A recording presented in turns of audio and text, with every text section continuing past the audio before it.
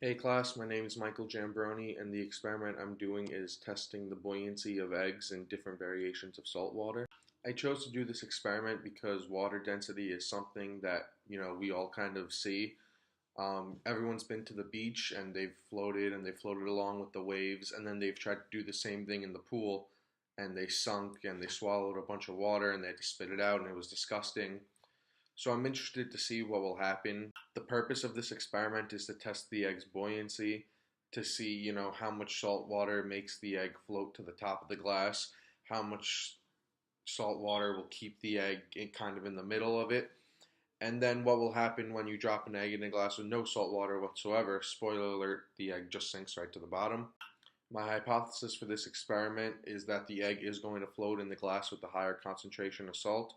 As I said before, I think that when I put the egg in the glass with no salt, it's just going to sink right to the bottom because the egg at that point is denser than the water. But when I put it in a glass with 2 tablespoons of salt, then it is going to stay afloat because at that point the water matches up with the density of the egg and it's actually denser at that point.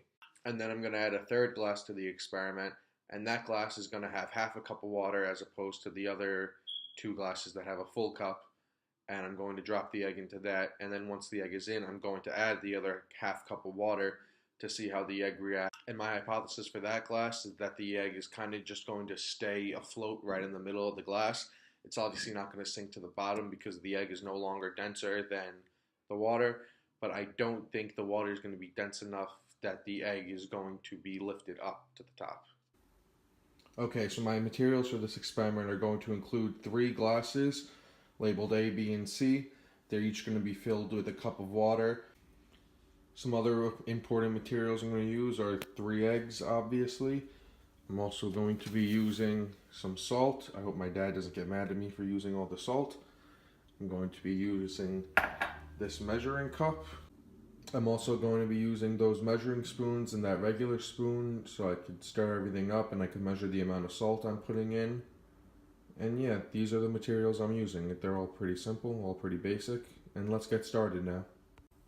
Alright, so the first thing I'm going to be doing is I'm going to add a cup of water to glasses A and B, and I'm going to add half a cup of water to glass C.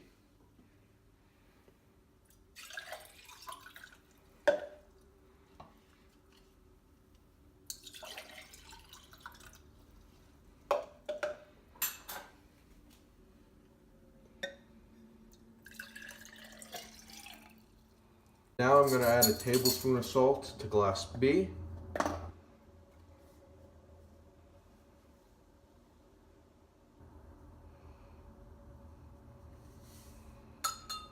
I'm going to add a tablespoon of salt to glass C.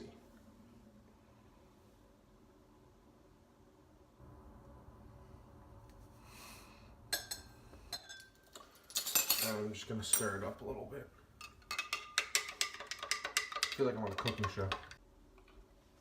Okay, now that salt is added to glass B and C, I'm going to drop the first egg in glass A, the one with no salt. And it sinks right to the bottom. Now I'm going to drop the second egg in glass B, the one with a full cup of water and the one with a tablespoon of salt. That's not good for my experiment. Okay, we had to make a bit of a game time audible here because clearly there wasn't enough salt in the water. So now glasses B and C have 2 tablespoons of salt in their glass. So now we're going to drop the egg in again. And this time the egg stays right on top. Okay, so now we're going to add the third egg into the glass with only half a cup of water in it.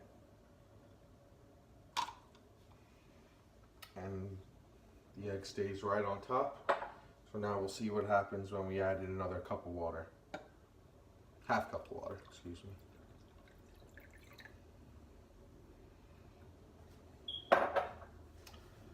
At this point, the egg is just floating right in the middle of it. Alright, so I actually found my results fairly interesting. In glass A, the one that contained a cup of water and no salt, the egg just sunk right to the bottom, as I said it would. Glass B, the one that had 1 cup of water and 1 tablespoon of salt, when I put the egg in, it actually sunk to the bottom too. And it sunk slower than glass A, but still to the bottom. So I had to make an adjustment there, and I added another tablespoon of salt to glass B and C. And when I dropped the glass into glass, when I dropped the egg into glass B again, it floated to the top.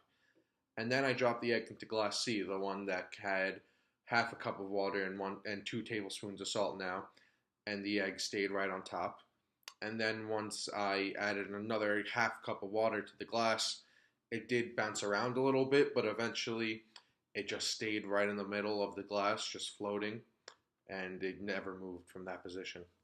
So the reason glass A, the egg in that glass sunk right to the bottom, was because the egg was more dense than the water. And that means that the egg, when it gets dropped into the glass, it's pushing the water particles away from it, which leads it to sink, as it did. And then the one in glass B, that was able to float because of the salt that was in the water. And by adding the salt, you increase the density without changing the actual volume, and that allows the egg to float, and that's what's called buoyancy. And then in glass C, the egg stayed floating in the middle once another half cup of water was added. And when there was only 1/2 cup of water in the glass and 2 tablespoons of salt, the water was much denser than the egg, so the egg floated on top easily. But once that extra water was added, the solution changed and the volume of the water changed, thus did the density. And that's what made the egg just float right in the middle of the glass. If I had to change one thing about this project, I would like to use bigger glasses, possibly mason jars, but those were the only 3 glasses I had that were exactly the same, and I wanted to use the same glasses to make sure I had the same volume. And using bigger glasses, it requires more water, which requires more salt, and I did spill a bunch of my salt while doing this, so that was kind of a pain to clean up, and I would need more salt. For future experiments that I do, I would like to mess around more with exactly how much salt is needed to make eggs float in various containers with various different volumes.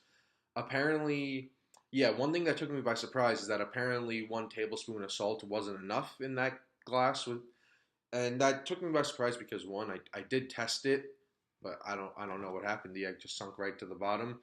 So I did have to add more salt. And my hypothesis for glass A and B was correct when I predicted that glass A would float and when glass A would sink and glass B would float. I've been doing this for a while now.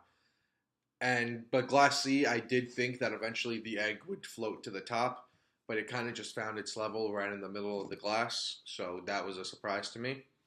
But yeah, it was a very interesting experiment to do, and water density is a pretty interesting topic that I would like to mess around more if I can. Thank you.